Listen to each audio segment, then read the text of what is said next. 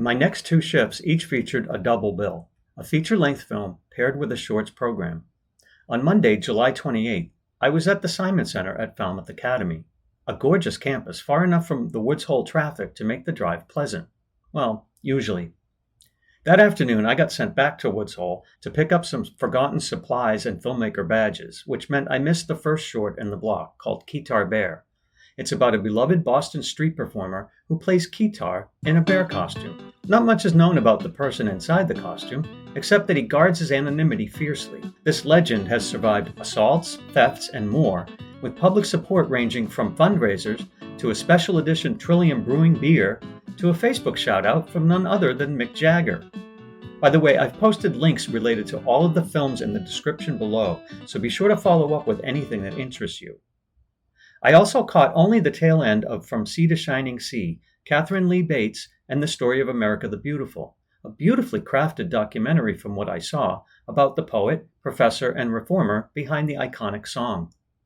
Then came Rule Number 2, a funny, fast-paced short about a realtor, a house showing, and an unexpected plumbing disaster.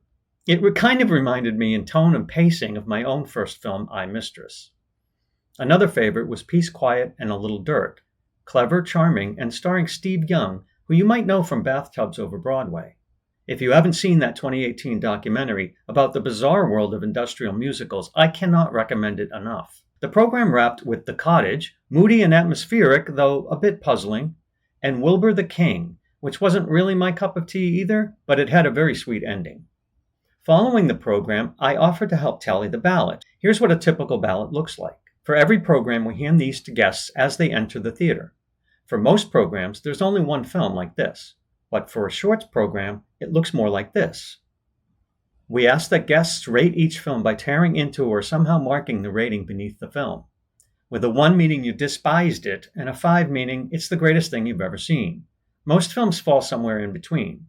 Anyway, we found that the best way to do this was to go through all the ballots once for each film.